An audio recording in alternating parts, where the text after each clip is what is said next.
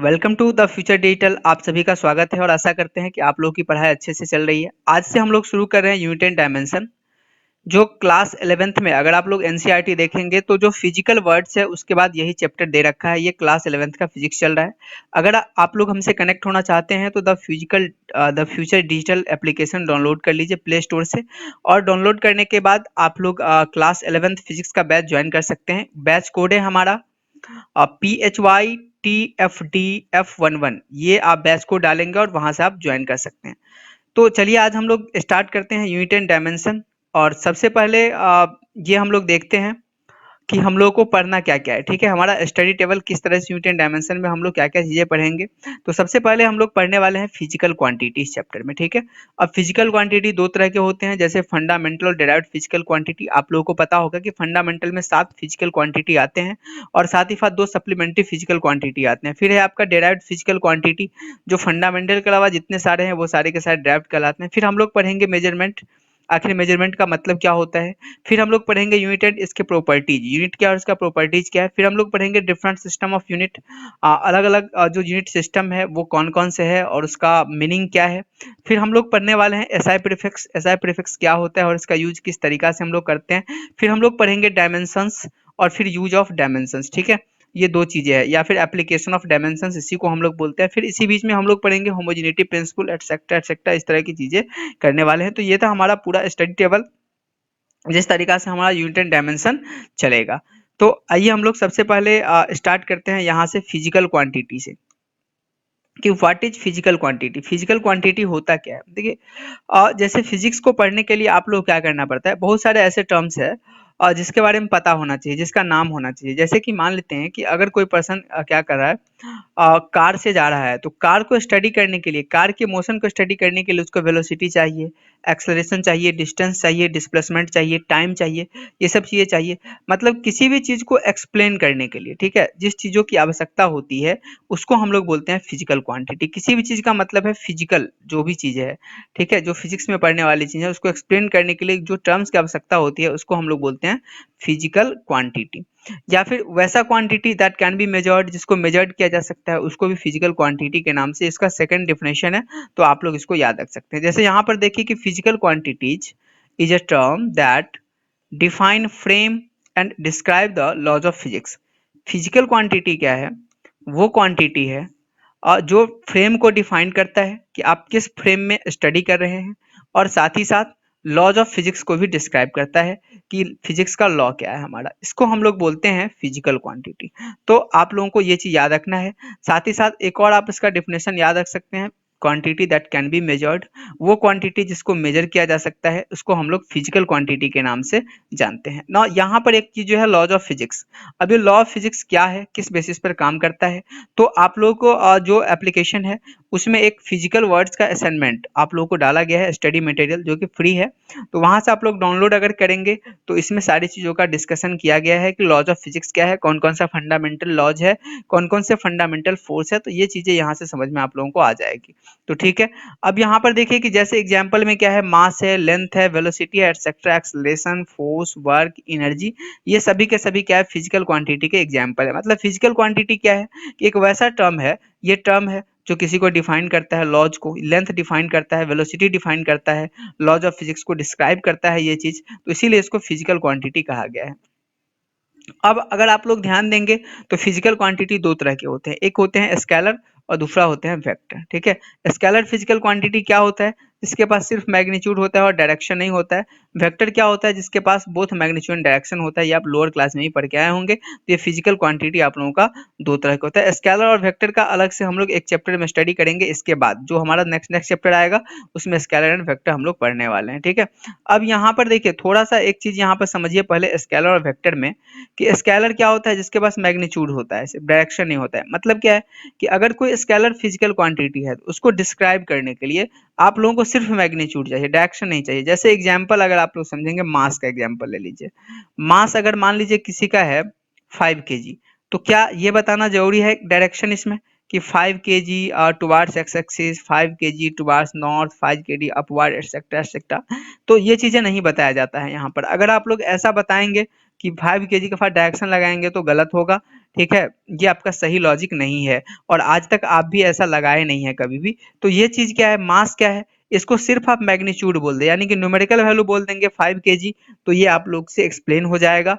Otherwise इसमें direction बताने की ज़रूरत नहीं है। अब अगर दूसरा एग्जाम्पल की हम अगर बात करते हैं एक तरफ, जैसे एक और स्केलर में अगर आप चले आइए, जैसे टाइम है, तो टाइम आप कभी भी बताते हैं तो डायरेक्शन नहीं बताते हैं, सिर्फ टाइम का वैल्यू बता देते हैं। जैसे टेम्परेचर है, तो टेम्परेचर में भी आप लोग डायरेक्शन नहीं बताते हैं। तो ये सारी चीज़ें क्या है, स्केलर है। अब वेक्टर में अगर आप लोग बात करेंगे, तो वेक्टर में क्या होता है कि इसमें डायरेक्शन होता है। जैसे कि फोर्स है, ठीक है, तो फोर्स जब भी आप किसी बॉडी पे लगाएंगे तो उसके डायरेक्शन की बात करेंगे। अगर डायरेक्शन आपकी बात नहीं करेंगे तो उसका रिजल्ट अलग आ जाएगा। जैसे मान लेते हैं कि आपके पास ये कोई बॉक्स है, कोई पर्सन क्या कर रहा है कि इस डायरेक्शन से फोर्स लगा रहा है, तो इसका रिजल्ट क्या होगा, ये बॉक्स इधर भागेगा। अगर कोई पर्सन इधर से फोर्स लगा रहा है तो ये रिजल्ट क्या आएगा, बॉक्स क्या होगा, इधर भागेगा। तो यहाँ पर दो चीजें यहाँ पर देखने को मिल रही है कि अगर आप फोर्स में डायरेक्शन नहीं बताते हैं तो ये कंप्लीट नहीं है, और अगर आप लोग क्या करते हैं मास में डायरेक्शन नहीं बताते हो तो कंप्लीट है। तो इस बेसिस पर दो तरीका से आप लोग डिफाइन कर सकते हैं, स्केलर और वेक्टर। साथ ही इसका एग्जाम्पल भी याद रख सकते हैं। नॉ मेजरमेंट, मेजरमेंट क्या है, देखिए, measurement is the comparison of a quantity with a fix standard of same kind. अब यहाँ पर मेजरमेंट को समझने के लिए आप लोग एग्जाम्पल थोड़ा देखिए, ठीक है। अगर आपके पास क्या है, एक कोई लेंथ को मेजर करना है आपको, ठीक है, स्केल है आपके पास, तो स्केल आप क्या करते हैं, यहाँ से स्केल लगाते हैं और फिर आप लोग लेंथ को यहाँ से यहाँ तक मेजर कर लेते हैं। जब लेंथ को मेजर करते हैं यहाँ पर, तो फिर क्या होता है, इसमें होता है आपको जो मीटर स्केल होता है आपका सेंटीमीटर, उसमें पॉइंटर्स होते हैं, इस तरीका से लकीर होते हैं जिसकी सहायता से आप मेजर करते हैं। तो एक्चुअली आप मेजरमेंट में करते क्या है, मतलब ये जो लेंथ है ना, ये जो रस्सी है, इस रस्सी को आप इस स्केल के साथ कंपेयर कर रहे हैं कि ये कितना स्केल हुआ। हाफ स्केल हुआ तो 7.5 सेंटीमीटर, अगर क्वार्टर इतना ही हुआ तो ये सेंटीमीटर, इतना हुआ तो ये सेंटीमीटर। तो हर तरह से मेजरमेंट में हम लोग कंपेरिजन ही करते रहते हैं। अब चलिए अगर मास को कैलकुलेट करना है, तो आप लोग क्या करते हैं, 1 किलो का रखे हुए हैं वाट, इससे आप लोग बार बार चीजों को तौल रहे हैं, मतलब 1 केजी से आप लोग क्या कर रहे हैं कि बार बार इसको कंपेयर कर रहे हैं, ठीक है। अगर आप मान लीजिए टाइम की बात करते हैं, तो आप बोलते हैं कितना टाइम लगा है, तो आप लोग बोलते हैं 10 मिनट लगा है। इसका मतलब ये 1 मिनट का 10 टाइम है, मतलब ये 1 मिनट आपका फिक्स स्टैंडर्ड था। यहाँ पर जो आपका स्केल है, ये स्केल फिक्स स्टैंडर्ड है और इसी से आप लोग बार बार कंपेयर कर रहे हैं। यहाँ पर 1 केजी क्या है, एक फिक्स स्टैंडर्ड है और इसी से आप लोग बार बार मास को कंपेयर कर रहे हैं, ठीक है। ये चेक, हाँ, इसी से आप लोग क्या करते हैं, बार बार इसको कंपेयर करते हैं। तो यही यहाँ पर लिखा गया है कि मेजरमेंट एक तरह का कंपैरिजन होता है किसी क्वांटिटी का, किसके साथ साथ, तो फिक्स स्टैंडर्ड के साथ साथ। जैसे यहाँ पर स्केल फिक्स था, यहाँ पर आपका वाट फिक्स था, यहाँ पर आपका घड़ी का 1 मिनट का जो गैप था वो फिक्स था। ये फिक्स स्टैंडर्ड सब चीज़ों के मेजरमेंट के लिए अलग अलग हो सकता है।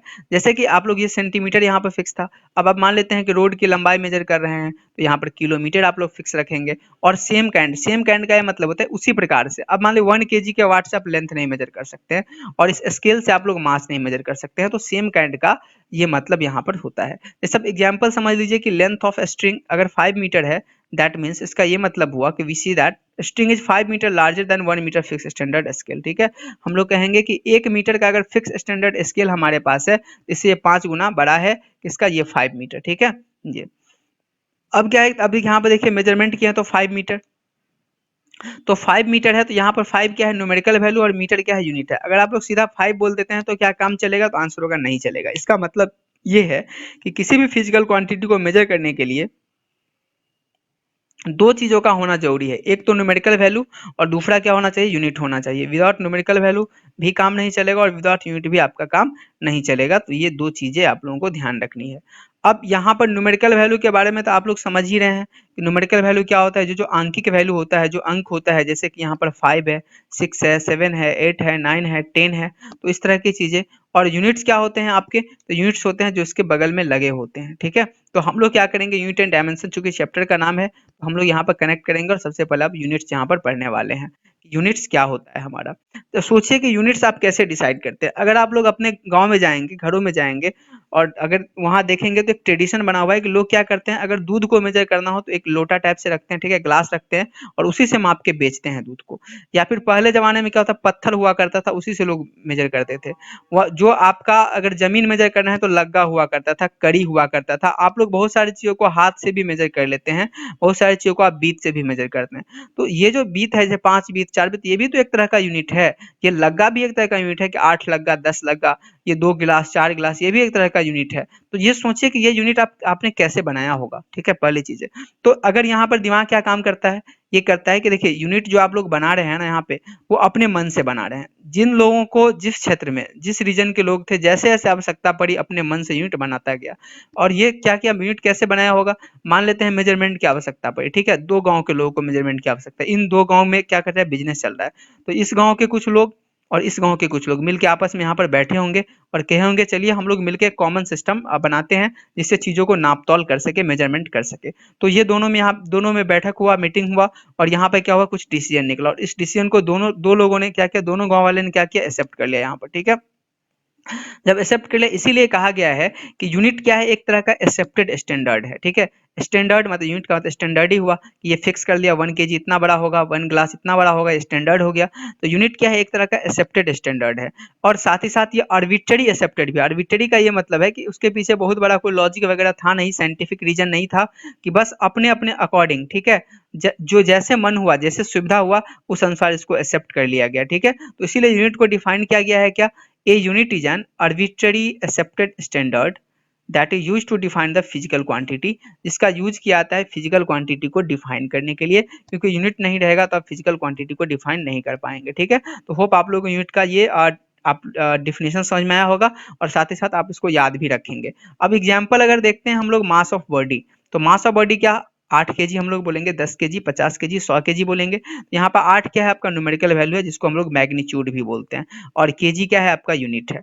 मतलब कोई भी फिजिकल क्वांटिटी बनता किससे है, न्यूमेरिकल वैल्यू इंटू ये unit, numerical value into unit, इससे क्या बनता है, आपका फिजिकल क्वांटिटी बन के सामने आता है। मतलब हम लोग बोल सकते हैं कि कोई भी फिजिकल क्वांटिटी, ऐसे कई बार पूछा जाता है, जो फिजिकल क्वांटिटी है किसके बराबर होता है, एन इंटू यू के बराबर, जहां पर एन क्या है, न्यूमेरिकल वैल्यू, और यू क्या है, आपका यू आपका यहाँ पर यूनिट हो जाएगा, ठीक है। तो ये चीज मतलब, और फिजिकल क्वांटिटी कांस्टेंट होगा तो n into you, numerical value unit का जो प्रोडक्ट है वो हमेशा कांस्टेंट आएगा।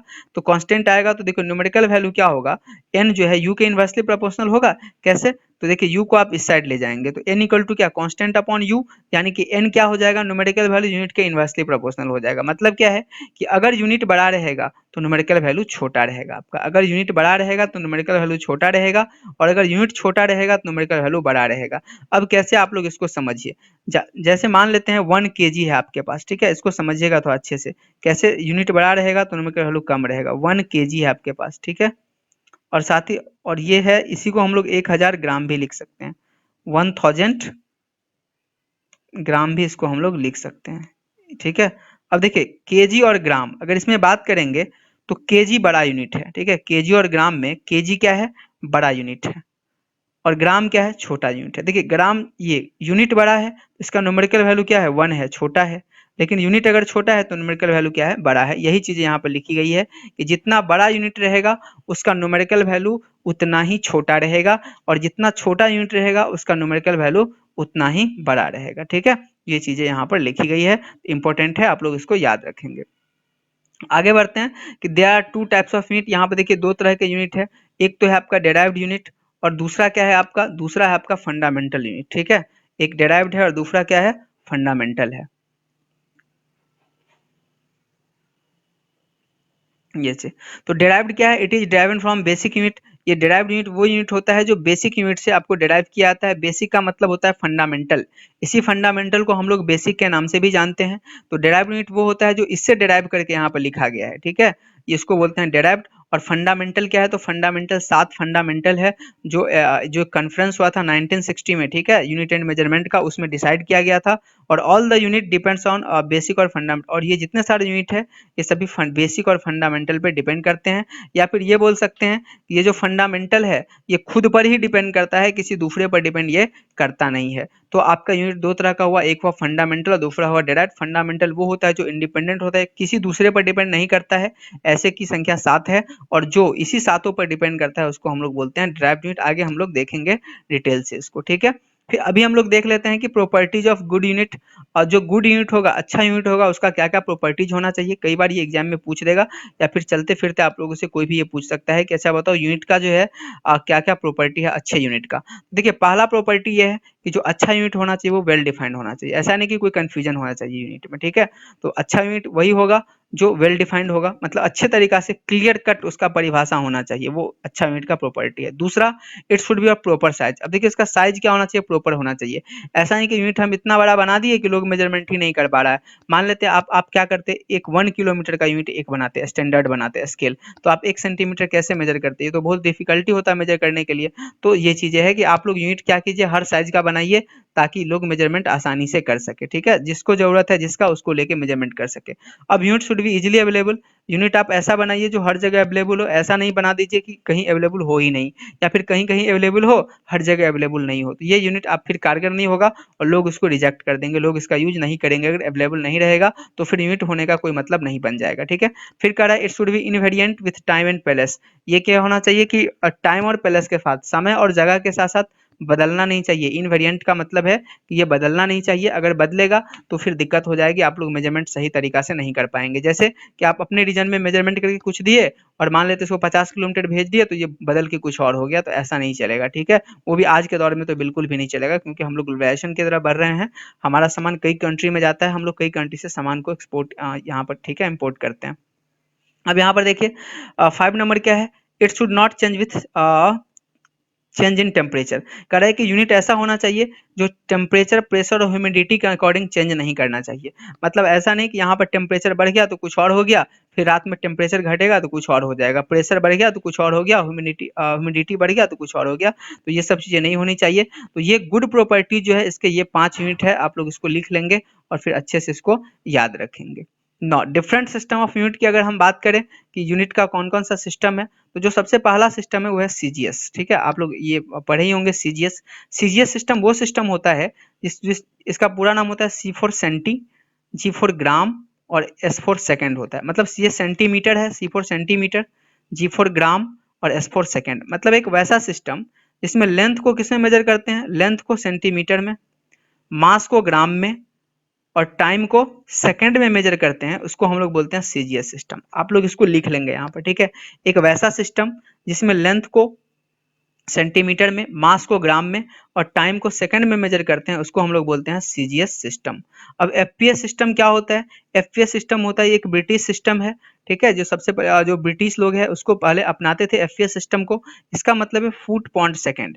फुट पॉइंट सेकंड क्या है, यानी कि लेंथ को आप फुट में मेजर करते हैं, मास को आप लोग पॉइंट में मेजर करते हैं और टाइम को आप लोग सेकंड में मेजर करते हैं, इसको बोलते हैं हम लोग एफपीएस सिस्टम के नाम से जानते हैं। फिर आपका क्या है, एमकेएस सिस्टम है। एमकेएस सिस्टम में क्या होता है, ये एम फॉर मीटर, के फॉर किलो और एस फॉर सेकंड, ये किलोग्राम, ठीक है। तो अगर आप लोग लेंथ को मीटर में मेजर करेंगे, मास को किलोग्राम में मेजर करेंगे और टाइम को सेकंड में मेजर करेंगे, तो इस तरह के सिस्टम को हम लोग क्या बोलते हैं, एमकेएस सिस्टम। और ये बेसिकली यूएस का, यूनाइटेड स्टेट में इस तरह के सिस्टम जो है अक्सर यूज किए जाते थे। अब तो एक कॉमन सिस्टम यूज किया जाता है जिसका नाम है एसआई सिस्टम। चलिए आप लोगों के लिए एक होमवर्क हुआ, आप लोग को ये बताना है कि 1 फुट कितना मीटर के बराबर होता है, 1 फुट कितना मीटर के बराबर होता है, साथ ही साथ 1 पॉइंट कितना केजी के बराबर होता है। आप लोग के लिए होमवर्क हुआ, यहाँ पर आप लोग लिख के रखेंगे, इसके बगल में आप लोग लिख लेंगे यहाँ पर, ठीक है, काम आएगा काफी। अब यहाँ पर आगे बढ़ते हुए हम लोग देखते हैं एसआई सिस्टम के बारे में। ये सिस्टम तो डिफरेंट सिस्टम देख लिए। देखिए अब इस सिस्टम में गड़बड़ी क्या थी, जब तक यहाँ पर ब्रिटिश लोग जो थे, ब्रिटेन के लोग अपने ही यहाँ व्यापार करते थे, तब तक तो सही था कि वो अपने ही यहाँ खुद को अलग इस सिस्टम में मेजरमेंट करके दे देते थे। अब यूएस क्या हो गया, अब यूएस जब तक अपने यहाँ व्यापार करते थे तब तक तो सही था, लेकिन अगर मान लीजिए कि ब्रिटिश जो है यूएस के पास जाना लग शुरू कर दिया और यूएस वाले ब्रिटेन जाना शुरू कर दिए, इनका सामान यहाँ आना शुरू हो गया, इसका सामान यहाँ आना शुरू हो गया, फिर यहाँ का सामान इंडिया जाना शुरू हो गया, तो ये तो मेजरमेंट करके देंगे एफपीएस सिस्टम में, ये मेजरमेंट करेंगे एमकेएस सिस्टम में, लेकिन हम लोग मेजरमेंट करते हैं सीजीएस सिस्टम में। तो अब यहाँ पर सिस्टम का प्रॉब्लम होना शुरू हो गया जब हम लोग ग्लोबलाइजेशन की तरफ बढ़े, लोग एक जगह से दूसरी जगह अपने सामान भेजने लगे। तो हुआ क्या, जब इस तरह की दिक्कत महसूस हुई ब्रिटेन वाले को, फिर यूएस वाले को, इंडिया वाले को, अदर अदर कंट्री को, तो इन्होंने क्या किया कि सब लोगों ने मिलकर एक मीटिंग किया। कहा कि देखो भाई, अब जो है हम लोगों को जब सामान एक दूसरे से एक्सपोर्ट करते हैं तो यहाँ पर प्रॉब्लम हो रही है, तो क्यों नहीं मिलकर हम लोग एक इंटरनेशनल सिस्टम बनाए जिसका नाम है इंटरनेशनल सिस्टम ऑफ यूनिट, यानी कि एसआई सिस्टम, ठीक है। तो इन्होंने क्या किया कि 1960 में, 1960 ईस्वी में क्या किया कि मीटिंग किया, ठीक है। मीटिंग कहाँ पे किया, तो फ्रांस में किया, पेरिस में, ठीक है। और 1960 में क्या किया, जितने सारे कंट्री थे देश के, दुनिया के जितने कंट्री थे, सभी ने बैठ के एक मीटिंग किया और एक एसआई सिस्टम बनाया, ठीक है। और एसआई सिस्टम का पूरा नाम है इंटरनेशनल सिस्टम ऑफ यूनिट, ठीक है, एसआई सिस्टम का। अब ये एसआई सिस्टम कैसे बना, ये है क्या एसआई सिस्टम? जैसे मिल बैठ के बातचीत हुई, तो बातचीत हुई, देखिए वहां पर भी क्या होगा, यूएस पावरफुल कंट्री, तो उस समय क्या होगा कि जो यूएस में चल रहा था यानी एमकेएस, उसी सिस्टम को इम्प्रूव कर दिया गया, उसी सिस्टम में कुछ चीजें ऐड कर दी गई, और ऐड करने के बाद उसी सिस्टम को इम्प्रूव करके एक नया सिस्टम बनाया गया जिसका नाम रखा गया एसआई सिस्टम। कुछ चीजें ऐड की गई, किसी को मॉडिफाई किया गया, ठीक है। तो modern form of metric system form, जैसे एमके सिस्टम का जो मॉडर्न फॉर्म है, इसी को हम लोग क्या बोलते हैं, एसआई सिस्टम बोलते हैं। अब ये हुआ क्या,